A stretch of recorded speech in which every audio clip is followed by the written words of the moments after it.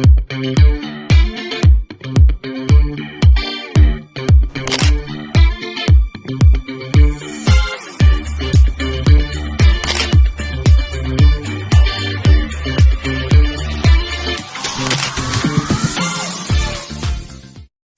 siang teman-teman semua. Hari ini aku Hana Emanuela bersama dengan Muhammad Ferdian. Asya Fariha.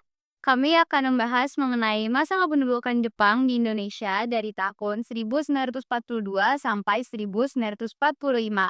Sepengetahuan kalian berdua nih, gimana sih Jepang itu bisa masuk ke Indonesia untuk pertama kalinya dan untuk apa mereka datang ke sini?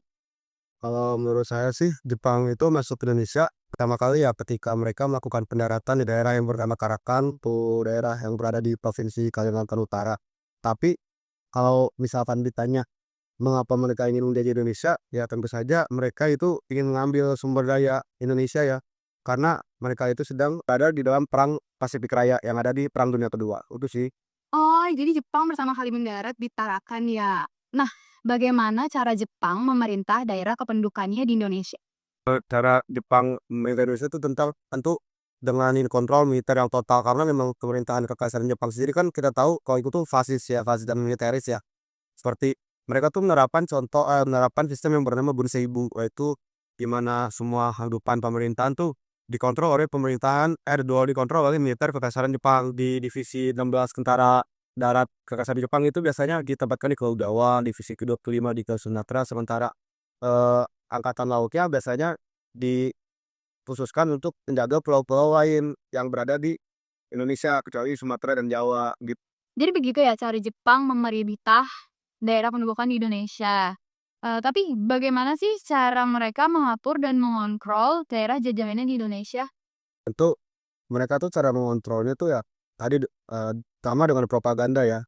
Kalau propaganda itu biasanya mereka itu melakukan propaganda intensif dengan tema 3A, yaitu Jepang Cahaya Asia, Pelindung Asia, dan Pemimpin Asia.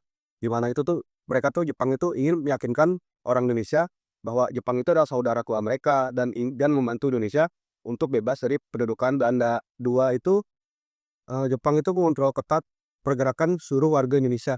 Pertama mereka menerapkan sistem RT yang kita kenal pada hari ini tuh sebenarnya diperkenalkan oleh pemerintahan Jepang. Untuk apa? Untuk mengatur dan melihat pergerakan warga di Indonesia.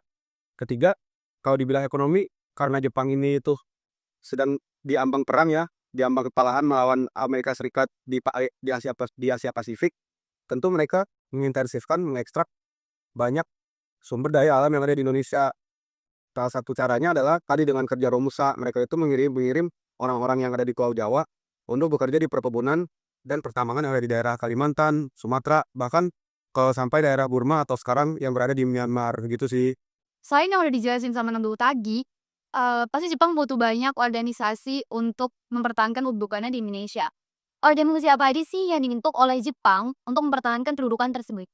Jepang membentuk organisasi senior di Indonesia yang bertujuan untuk membantu mereka menaruh perang Pasifik tersebut. Jadi yang pertama itu ada Semingan, kemudian ada Keibendan, terus yang ketiga ada Heiho, kemudian ada Ujiakai, dan terakhir adalah Shishitai. Nah, tadi kamu mention mengenai Kujinkai. Kujinkai itu yang beranggotakan perempuan kan? Iya betul. Mereka tuh tugasnya apa aja sih selama masa pendudukan Jepang? Nah, Fujinka ini emang berbeda dari organisasi seni militer lainnya karena beranggotakan perempuan. Tugasnya itu membantu dalam operasi logistik dalam perang. Mereka juga bertugas untuk membantu prajurit-prajurit Jepang yang saat itu terluka saat di masa perang itu. Nah, kemudian organisasi ini membuka ruang awal partisipasi sosial politik bagi perempuan Indonesia. Nah, aku pernah baca di salah satu buku, mereka mention mengenai peta atau pembela tanah air.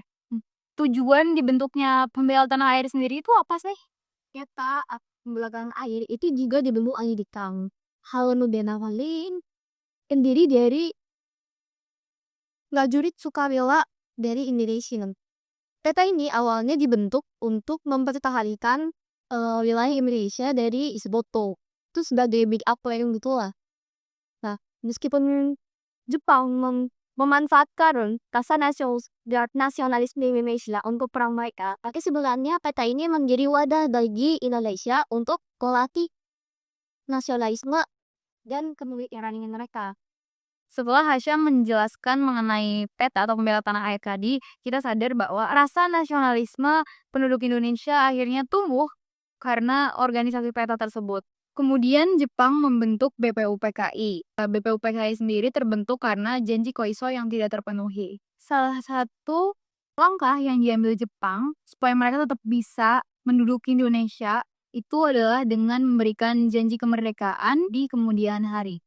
BPUPKI sendiri dibentuk dengan tujuan mempelajari dan menyelidiki hal-hal yang berhubungan dengan negara Indonesia. BPUPKI melangsungkan 2 sidang, dengan sidang pertama menghasilkan 5 asas yang sekarang kita kenal sebagai Pancasila, dan juga sidang kedua mereka yang menghasilkan pembentukan Undang-Undang Dasar dan pembagian wilayah. Fun fact teman-teman bagi yang belum tahu, dulu waktu sidang pertama BPUPKI akhirnya disahkan, sila pertama yang kita kenal dari ketuhanan yang Maha Esa itu dulu bukan itu, melainkan dengan kewajiban menjalankan syariat Islam bagi pemeluk-pemeluknya.